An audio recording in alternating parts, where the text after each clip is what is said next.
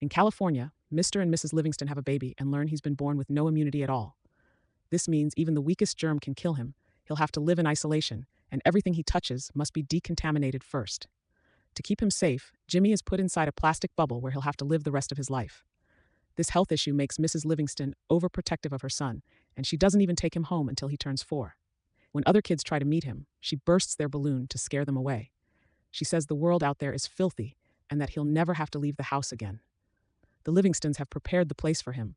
Jimmy's room is a big bubble, so he can walk freely inside. There's a decontamination hatch so he can receive food and toys, and there are 2 pairs of retractable arms so the parents can still be affectionate with their son. Mrs. Livingston takes good care of him and reads to him every night, but she also keeps him very sheltered. He's only allowed to read magazines and watch TV that have sanitized content approved by a religious mom. Mrs. Livingston also homeschools Jimmy with propaganda so he can be an extreme nationalist like her. Whenever the neighborhood kids come to the front lawn covered in bubble wrap to make fun of him, Mrs. Livingston scares them away with cold water. Jimmy is only fed his mom's homemade food, which barely tastes like anything because she disapproves of fat and sugar too. She also complains when Mr. Livingston gets Jimmy a bicycle, thinking it could kill him. By the time Jimmy turns 16, he's gifted an electric guitar instead of a car like the other teens. One day, Jimmy is looking through the window and sees the new neighbors moving in. They have a daughter called Chloe, and Jimmy instantly falls in love with her. Mrs. Livingston isn't happy about this and would indirectly insult Chloe by reading Jimmy stories about boys that die for touching naughty neighbors. Since then, Jimmy pretends to wash the window every day just to look at her. This helps him reach puberty, and he starts to wake up with wood in his pants. The first time he gets scared and hits it with a bat, so his mom has to calm him down and teaches him to repeat the Pledge of Allegiance until it goes away.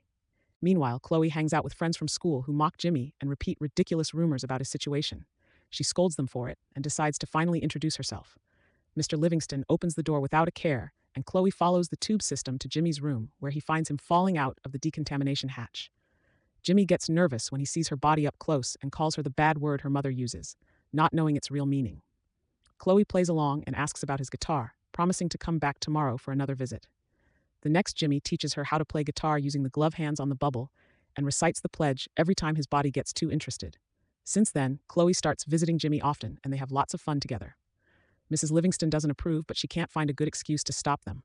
On Jimmy's birthday, Chloe gifts him a guinea pig inside its own bubble, and for Halloween, she brings a bunch of kids and candy so Jimmy can know what the holiday is truly like.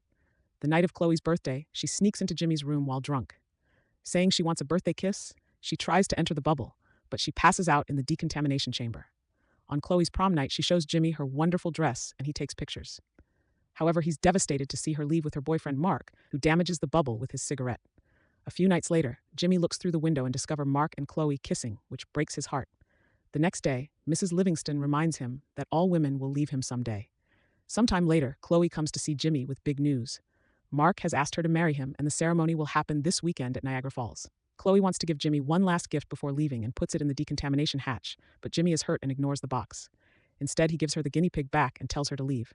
Chloe leaves in tears, prompting Jimmy to finally open the gift. To his shock, he finds a homemade snow globe with the words, "I love you." Jimmy screams in excitement and finally decides to take control of his life. He designs and builds a smaller version of the bubble that would allow him to leave home. This way he can stop the wedding. While his parents are sleeping, Jimmy tries to sneak out but falls and rolls downstairs. The noise wakes Mr. Livingston up, but he stays in bed, silently encouraging his son.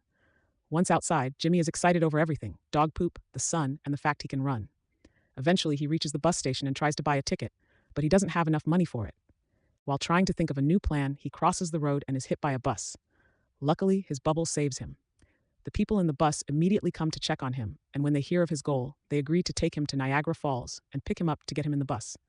At home, Mrs. Livingston discovers that Jimmy is gone and screams in panic. She tries calling the police, but they don't take her seriously, so she makes her husband make a fake kidnap note. However, he signs it with "the Jews," so it isn't taken seriously either. The couple decides to go looking for Jimmy themselves, and they stop at the bus station, where the clerk tells them about the Niagara Falls plan. Back to the bus, Jimmy notices the group's uniforms, the lyrics of their songs, how they share the same name, and the things their strange book promotes. This makes him realize they're a cult, but calling them that gets the group angry, and they kick him out of the bus. Now he's alone in the middle of the desert, and he has to run away from random animals. Eventually, he comes across a biker named Slim, who threatens him with his knife. Jimmy explains he can help him fix his bike. Slim is so grateful that when he hears about Jimmy's goal, he agrees to give him a ride. He also tells him he used to be in love with a woman named Wildive, who left him for another man. To this day, Slim wants to find that guy and kill him. Meanwhile, the cult finally reunites with their leader, who reveals the big prophecy painted on a rock. The chosen one will come with the holy word inside a living globe. The followers assume that's Jimmy, so they get back on the road to find him. That night, Jimmy and Slim make it to Las Vegas, and Jimmy is fascinated by all the attractions. He attends his first concert, and the crowd tosses him around like a ball. While Slim teaches him how to gamble at the casino, he also tells him what being with a woman is like. When Jimmy sees that there's a scooter as a prize, he gambles until he wins it and leaves without Slim because he only has 2 days left. Soon the Livingstons and the cult make it to Las Vegas too. As soon as Slim sees the cult members, he remembers they left Jimmy in the desert and threatens to kill them. In return, the cult bus runs over his bike. A few hours later, the Livingstons reach the road and see Jimmy on the scooter. Mrs. Livingston forces her husband to turn the car and block the way, accidentally hitting the scooter in the process. Jimmy flies out and his bubble makes him bounce off for a while until he lands inside a train. He screams when he sees the people inside and learns that they're part of a freak show handled by Dr. Freak, who owns these people like slaves. Suddenly the train stops and Jimmy bounces out, finding Dr. Freak waiting. Jimmy laughs at his size and Dr. Freak starts furiously breaking a car's windows as a threat. However, when he hears that Jimmy is the bubble boy, he thinks he could be part of his show.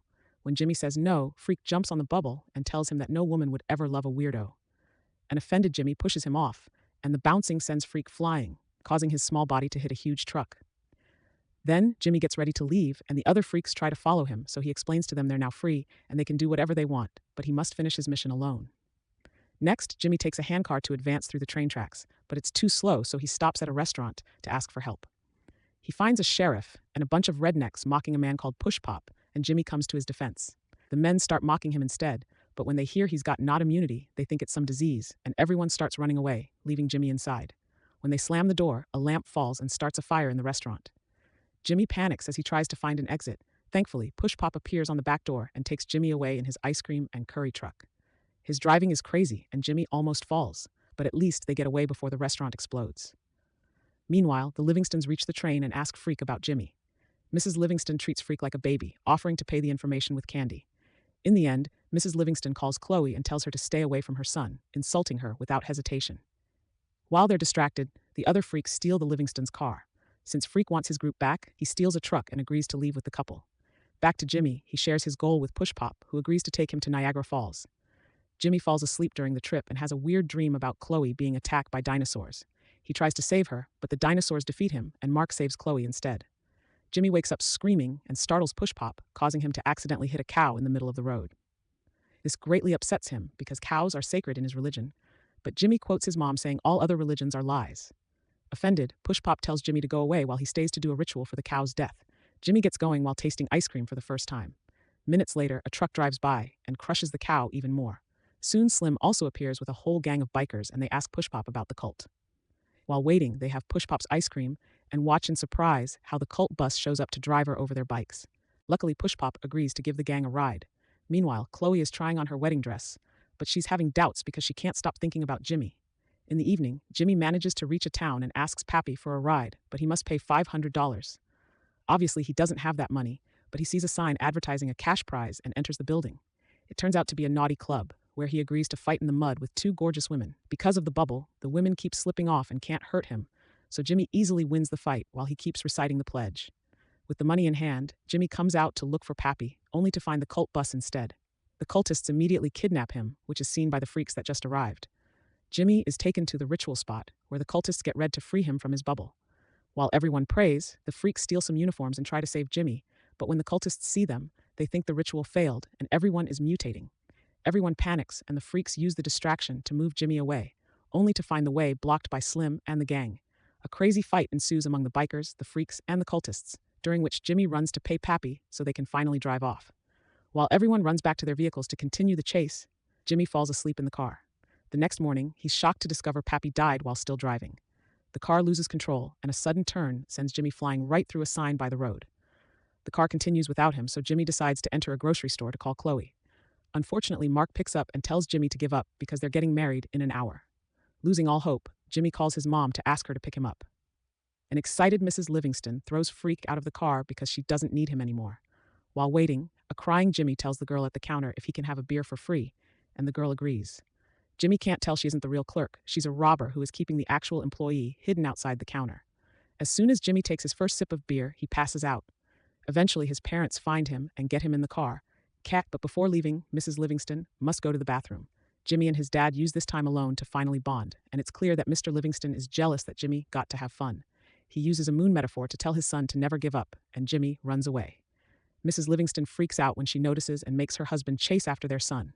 Soon the other three groups show up as well, screaming at each other over Jimmy. The chase takes them to an airport, where an airplane is about to take off. Jimmy climbs on it and gets to escape just in time, laughing when he sees the pilot is Pappy's twin brother Pippi. The sudden takeoff causes the four vehicles to crash against each other, and Slim is shocked to see that Mrs. Livingston is his ex-girlfriend, Wildfire. Moments later, the plane makes it to Niagara Falls at the same time the wedding ceremony is starting. The plane starts malfunctioning, so Pippi has to pull off a crazy move to avoid crashing. However, it causes Jimmy to fall off and land in the water. Remembering everything Slim taught him, Jimmy lets the waterfall guide his way as he floats in his bubble. In the church, Mark says, "I do," but Chloe hesitates. At that moment, Jimmy bursts in and shocks Chloe by coming out of his bubble, saying he'd rather have a minute with her than a whole life alone. Then he kisses Chloe and tells her he loves her before collapsing. Chloe thinks he's dead as the Livingstons arrive with all the other groups. Mrs. Livingston cries for her dead son, but her husband is done and forces her to confess the truth. Jimmy isn't sick anymore. He got better when he turned 4. That's why they took him home from the hospital that year. Mrs. Livingston has been lying to him to keep him in the house forever. Jimmy wakes up and is so happy to have a chance at life that he forgives his mother. Then he finally gets together with Chloe. Sometime later, Jimmy and Chloe get married, and all the friends Jimmy made during his adventure attend. Push Pop has brought the cake.